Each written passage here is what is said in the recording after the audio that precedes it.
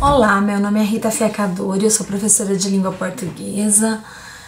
A nossa aula de hoje eu vou falar um pouquinho sobre pronomes. O meu intuito não é esgotar o assunto e nem trazer uma lista de pronomes para vocês, mas trazer algumas coisas assim, algumas curiosidades do uso do pronome, tá? Nós vamos começar pelo que é pronome, né? O pronome é uma das classes gramaticais da língua portuguesa.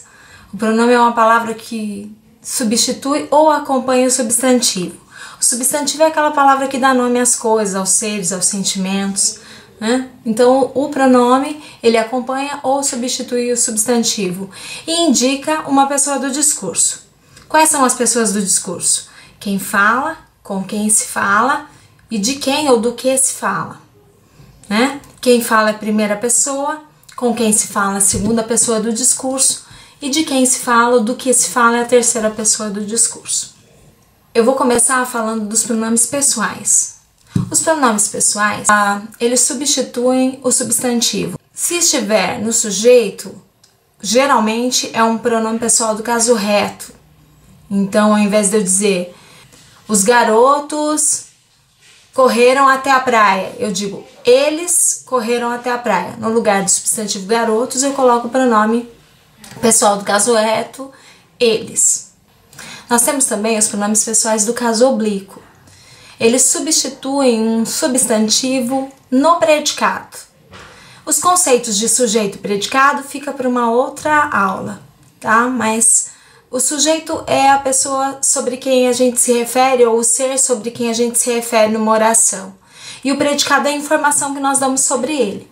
Então, os pronomes pessoais do caso reto costumam aparecer, geralmente aparecem no sujeito. E os pronomes pessoais do caso oblíquo aparecem no predicado. Exemplo, eu tenho lá, João comprou um carro. Quem comprou um carro? João. João, se eu tiver que substituir o substantivo João, eu vou colocar ele comprou um carro. Se eu tiver que substituir uma palavra no predicado, como complemento do verbo, um carro, então eu vou colocar João comprou o. É o pronome pessoal do caso oblíquo que eu vou usar no predicado. Quanto aos pronomes de tratamento. Os pronomes de tratamento, eles substituem também um nome. Você, senhor, senhora, vossa excelência, vossa majestade. Esses são pronomes de tratamento. Há que se fazer uma referência aqui. Nós, paulistas, nós não usamos o tu e nem o vós, os pronomes pessoais, do caso reto. Nós usamos você e vocês no lugar do tu e do vós.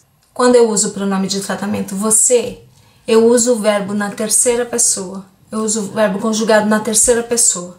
Por essa razão, nós não utilizamos o tu e o vós. Os paulistas não dizem tu fizeste, vós fizestes. Não, nós utilizamos você fez, vocês fizeram. Então, com o pronome de tratamento você, vocês, nós usamos o verbo na terceira pessoa. Por isso que a segunda pessoa nunca é utilizada. Mas por que nós temos que aprender a segunda pessoa? Em outros lugares do Brasil ainda se usa o tu e o vós, porque os textos clássicos, os textos antigos, eles trazem o tu e o vós, então nós temos que aprender a utilização desses pronomes também. Existem outros pronomes, como o pronome possessivo. O pronome possessivo, ele dá a ideia de posse. Ele geralmente acompanha o substantivo. Então eu digo, minha agenda, devemos fazer aí uma observação. Quando eu utilizo na oração o pronome de tratamento você, que é o que o paulista costuma fazer, nós usamos o verbo na terceira pessoa, correto? Foi isso que eu disse há pouco. Pois é, se nós tivermos que usar um pronome possessivo, se o objeto em questão, o substantivo, pertence à pessoa que fala, então eu uso o pronome possessivo meu. Se pertence à pessoa com quem se fala, teu. E de quem se fala, seu. Porém, para que nós uniformizemos o uso da terceira pessoa, eu não posso dizer assim, você trouxe o teu estojo, porque eu vou usar você que pede o verbo na terceira pessoa, e o teu, que é o pronome possessivo da segunda pessoa do discurso. Então, o que nós vamos fazer? Nós vamos uniformizar essa frase todinha na terceira pessoa. Você trouxe seu estojo? O pronome demonstrativo, ele tem alguns usos específicos. Eu vou citar aqui. Eu utilizo o pronome demonstrativo para mostrar a posição de um objeto no espaço. Então, se o objeto estiver perto da pessoa que fala, eu vou dizer esta agenda.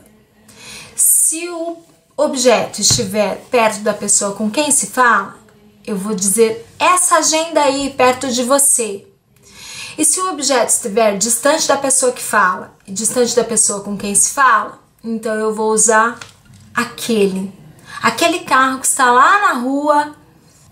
Um outro uso do pronome demonstrativo é em relação a tempo. Quando eu estiver dizendo este dia, o dia em que estamos, dia 1 de maio, por exemplo, hoje, então eu vou dizer este dia. Se for a hora em que nós estamos, esta hora. Se for o mês em que nós estamos, por exemplo, maio, este mês de maio. O ano que nós estamos, 2014, eu vou dizer este ano. Se for o dia de ontem, o mês passado, há 10 anos atrás, eu vou dizer, esse ano foi muito importante para mim. O ano de 2000, esse ano foi bastante significativo, porque é virada de milênio. Quando eu me refiro para um tempo próximo, então eu utilizo esse. Se for um tempo distante, se eu estiver me referindo à Idade Média, se eu estiver me referindo a 300 anos atrás, historicamente, como por exemplo, o século XIX foi muito importante para a evolução do homem. Então, eu vou dizer aquele porque é um tempo distante de mim. Outra forma de se utilizar o pronome demonstrativo é numa exposição de assunto. Então, por exemplo, quando eu digo assim, este assunto, a violência em São Paulo, tem sido muito mostrado nos noticiários. Ou então eu vou utilizar da seguinte maneira, a violência em São Paulo. Esse é um assunto que tem sido muito mostrado nos noticiários. Por que eu usei o pronome demonstrativo este no primeiro exemplo e esse no segundo exemplo? Porque quando eu digo este assunto, a violência em São Paulo, eu coloquei o pronome demonstrativo antes de expor o assunto, que seria o assunto, qual seria? Violência em São Paulo. Então, o pronome demonstrativo está acompanhando o substantivo assunto que ainda não foi explicitado. Então, que assunto é esse? A violência em São Paulo. Só que eu só informei qual era o assunto depois de colocar o pronome demonstrativo. Então, eu uso o pronome demonstrativo este. Quando eu me referir ao assunto antes, eu digo assim, a violência em São Paulo. Esse assunto tem sido muito mostrado nos noticiários. Eu expus o assunto antes e depois coloquei o pronome. Então, eu utilizo o pronome esse. Tem uma outra maneira também de se utilizar. Por exemplo, eu tenho uma frase assim. Correndo pela floresta, João e Maria, esta encontrou um animal e aquele veio ajudá-la.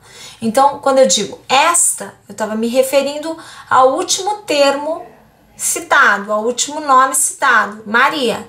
E quando eu digo aquele, é o nome que está mais distante, que era João na frase. O pronome relativo. O pronome relativo tem um uso bem específico. Eu tenho dentro de um período 2 orações. Quando eu tenho 2 orações, significa que eu tenho 2 verbos. Por exemplo, eu digo assim, eu fiz aquele bolo que está sobre o fogão.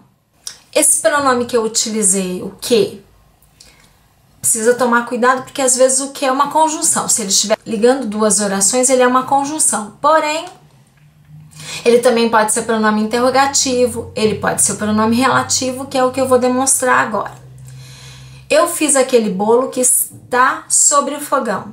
Eu tenho 2 orações aí.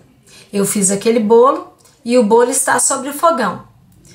Vocês perceberam que nas duas orações eu repeti a palavra bolo, para que eu não repita a palavra. Na segunda oração, eu substituo pelo pronome relativo que.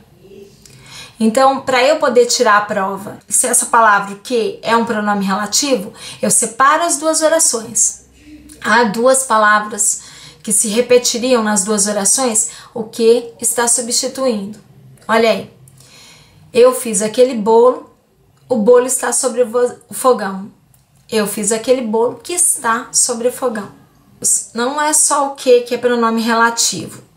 O quem, o onde, cujo também podem ser pronomes relativos. O pronome interrogativo. O interrogativo eu utilizo numa pergunta direta ou numa pergunta indireta. Por exemplo, o que você vai fazer hoje?